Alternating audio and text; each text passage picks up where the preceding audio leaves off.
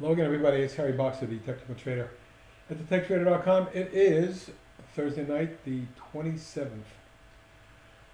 And these are the charts of the day. Well, a difficult day in Wall Street. Let's take a look at the indices. You can see that the market started with a pop right to the declining tops line, came down, bounced, had a 1, 2, 3, 4, 5 wave decline, tried to rally late, a little bit too late, retested and bounced, but didn't close very well. We were down on the day for sure after a big opening. That's on the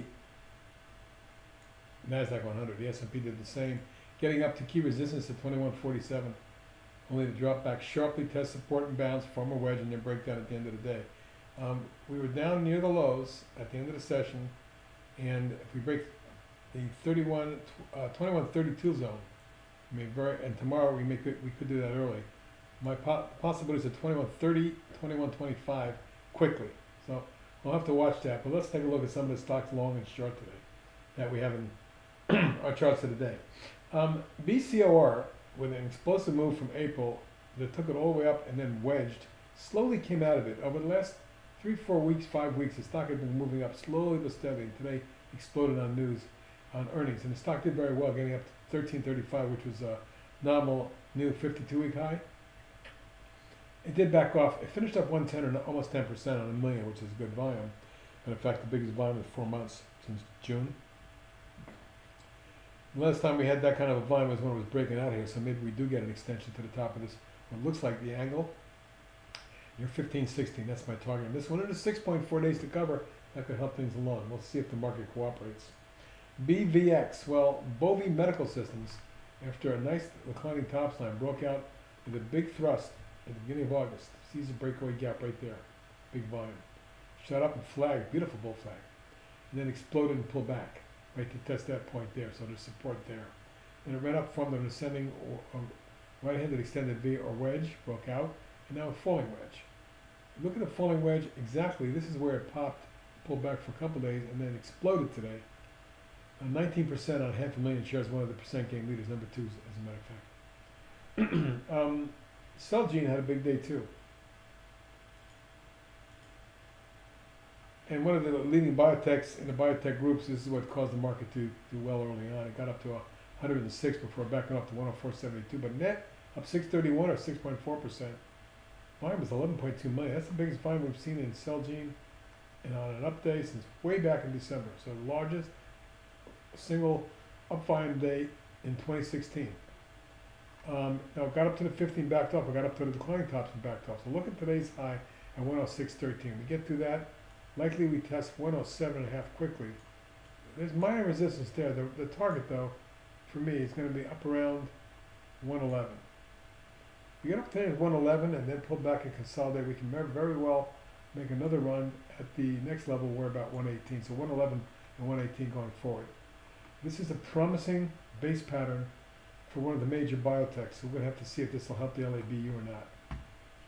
And if you take a look at the LABU, it's not pretty. You can see that it's down there, key support at the trend line and lateral support here. Any further damage and this thing could tank into the mid-20s, so got to be careful.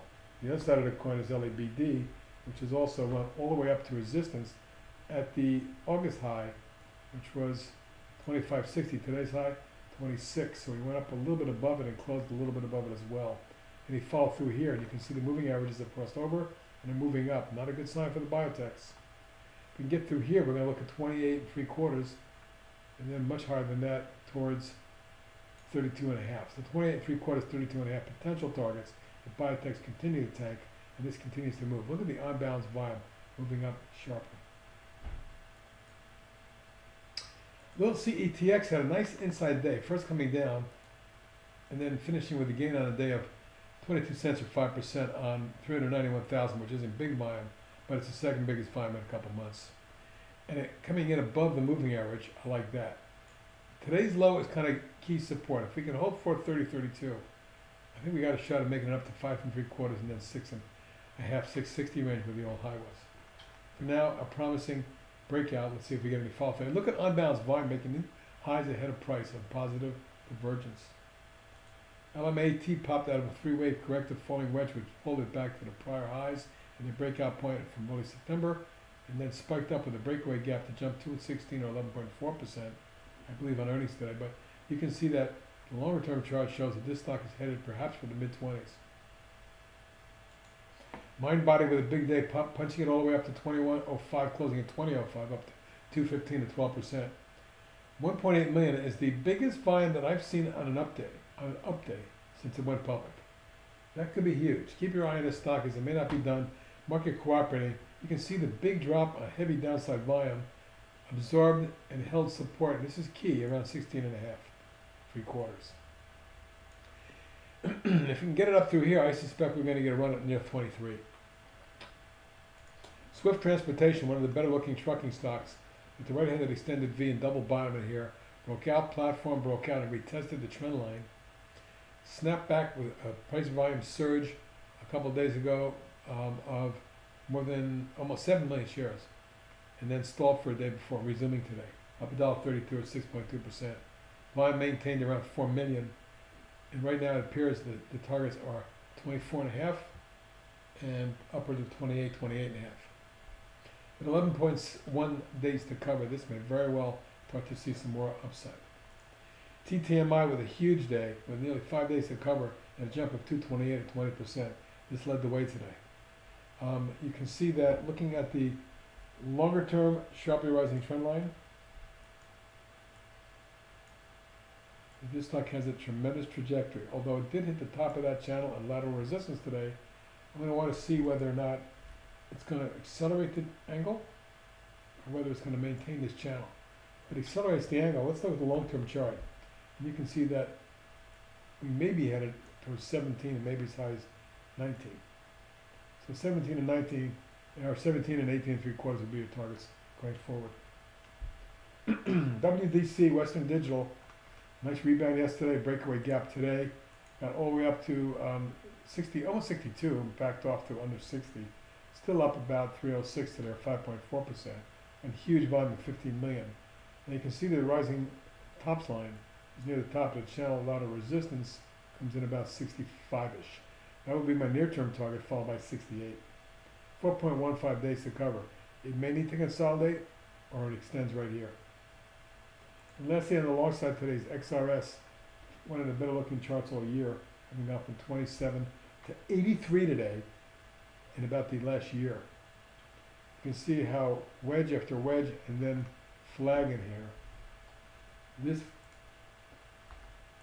rising flag, always a bullish indication, resulted in an extension and a spike up today. Now, it did get above that mid-channel line if you look at the long-term chart, and it very well may accelerate and make this all the way up to over 100, 110 range. But market cooperating would be looking for that, and at the same time, having been up for 5 days in a row, it may pull back and consolidate. That's the long side of it. Let's take a look at some shorts and how they're reacting in this market. ATHN finally crumbling, and literally since October the 10th, and that's only what, 2.5 weeks, it's dropped from 130, nearly 133 to nearly 100 today, 32 points down.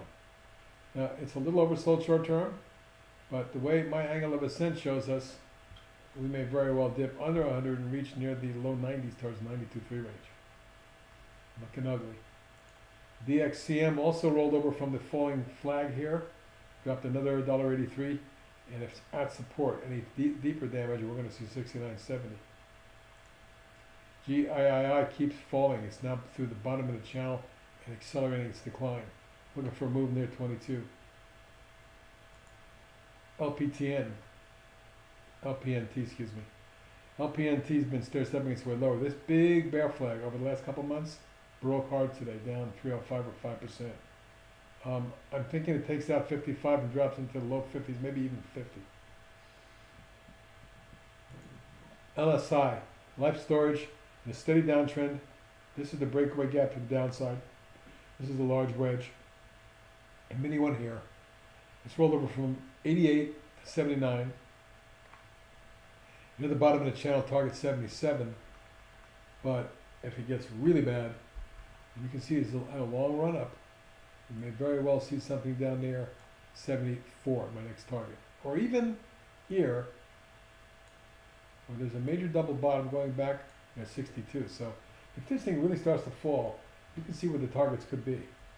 And it's not a pretty picture. This is one to consider for more downside. MIK.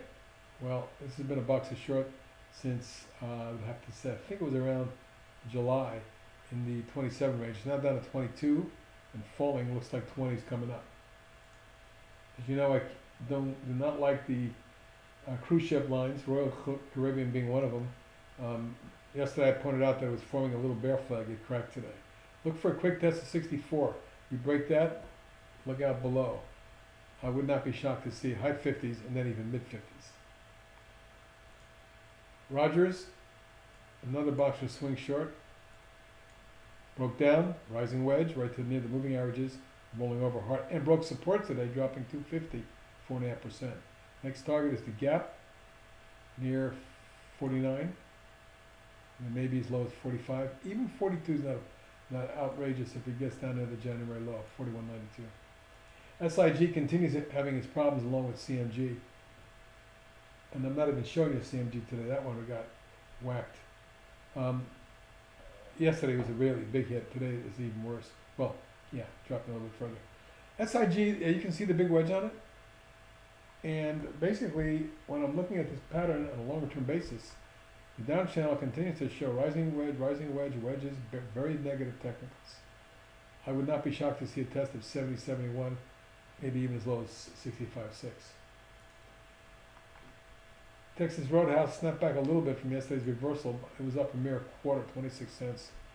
I'm not thinking much of that. The technicals barely budge. I think we go lower. I'm looking for an eventual move down to 34. And lastly, today's WBM&D. If that's not a bear flag, I don't know what is. The technicals look terrible. Today it dropped back $1.04, just 2%. But watch this level of support at 48. That's my first target. Second target, 44, and eventually 40.41. Folks, that's the ugliness of it, long and short.